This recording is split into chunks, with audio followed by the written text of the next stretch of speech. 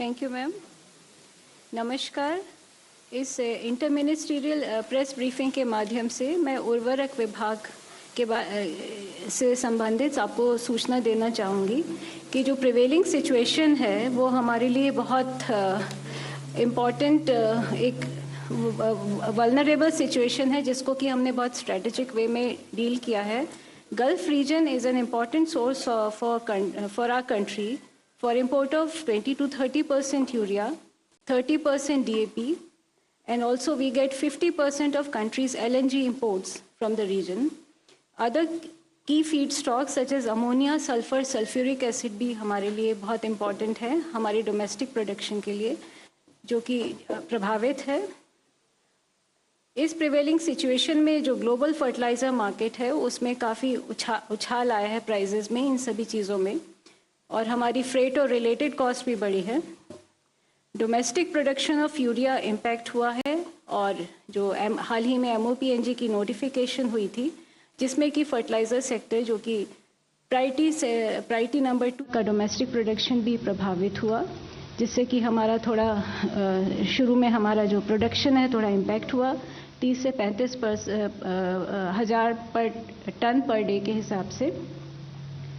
और इसी सिचुएशन के रहते जो हमारे जो एफर्ट्स हैं उनके बारे में आपको ये बताना चाहूँगी कि ओवरऑल रिक्वायरमेंट जो हमारी अपकमिंग खरीफ सीज़न की है वो 390 लाख टन है, जो कि हमें एग्रीकल्चर विभाग ने बताई है।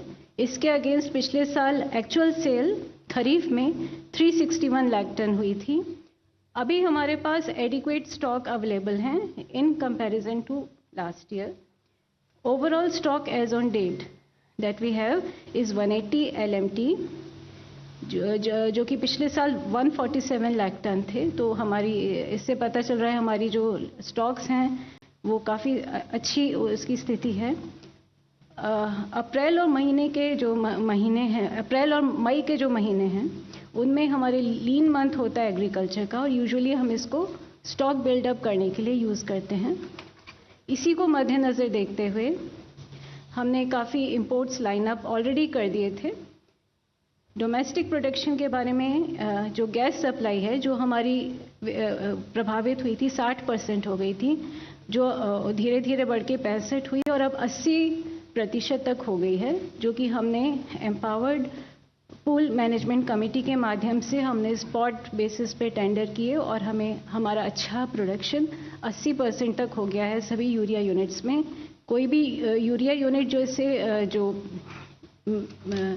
थोड़ी देर के लिए शटडाउन हुए भी थे, जो कि एनुअल शटडाउन होता है उनका, वो वापस उन सभी को गैस सप्लाई शुरू हो गई है।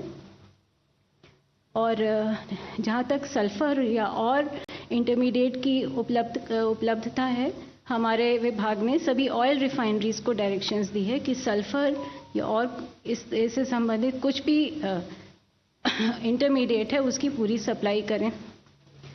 इसी के साथ विभाग ने long term tender, global tender से पहले ही हमने डाइवर्सिफिकेशन ऑफ सोर्सेज का एक हमारी एक्सरसाइज जो कि पिछले कुछ एक साल से चल रही है और तेज गति पे है। हमारे डिपार्टमेंट में एक टास्क ग्रुप सेटअप हुआ है जो कि ग्लोबल अवेलेबिलिटी और potential supply sources for fertiliser including urea के बारे में हमें जानकारी दे रहा है समय समय पे। और मेजर जो हमारे सप्लायर्स हैं यूरिया, DAP, उन सब के साथ हम बहुत क्लोज कांटेक्ट में हैं, जिससे कि हमारे मेजर टेंडर्स के थ्रू या स्पॉट टेंडर्स के थ्रू या लॉन्ग टर्म सप्लाई के थ्रू हमारे पास मेजर फर्टिलाइज़र की अवेलेबिलिटी रहे। और efforts are being taken up to stabilize all the raw material supplies including rock phosphate. Further, proactive measures are being taken to diversify our sourcing bases with other than the Gulf countries like Russia, Morocco, Australia, Indonesia, Malaysia, Jordan, Canada, Algeria, Egypt and Togo etc.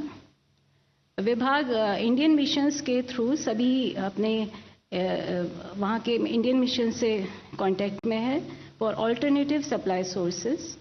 और जो हमारी ships हैं उससे related भी हम Indian navy, DG shipping और ministry of ports के और MEA के साथ हम लगातार कोऑर्डिनेट कर रहे हैं for safe passage of our ships. और डिमांड साइड के बारे में मैं आपको बताना चाहूँगी कि states have been sensitised to prevent any panic regarding availability of fertilizer. We have sufficient stocks available. Honorable Minister for Chemical and Fertilizer has already spoken to major state governments, the agrarian states, in this regard. They have been sensitized by the issue. Today also we have had a discussion on this. We are keeping a strict watch on the diversion, black marketing and hoarding, etc. under the Essential Commodities Act, in coordination with Department of Agriculture and Farmers Welfare.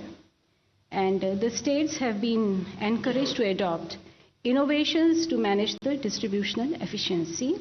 We are also encouraging the use of alternate fertilizers such as ammonium sulfate, triple superphosphate, single superphosphate, and fermented organic manure as well as nano products.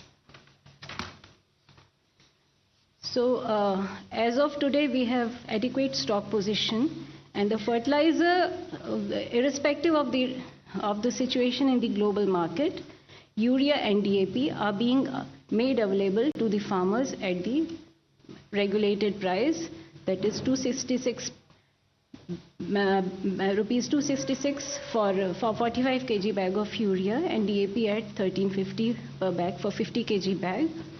And I would further like to inform you that a contingency control room has been set up in the department to ensure continuous monitoring of the fertilizer availability, production, imports, and movement in the wake of prevailing situation. Thank you. Over to you. Thank you, ma'am.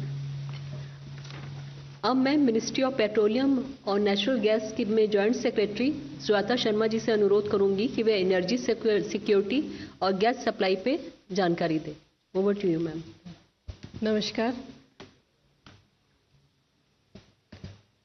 देश में petrol, diesel, LPG, PNG की पर्याप्त उपलब्धता है और इसे ensure करने के लिए भारत सरकार ने कई स्तर पर कदम लिए हैं और कदम उठा भी रही है। हमारी रिफाइनरीज नॉर्मल ऑपरेशन पर हैं और क्रूड इन्वेंट्रीज एडिक्वेट हैं।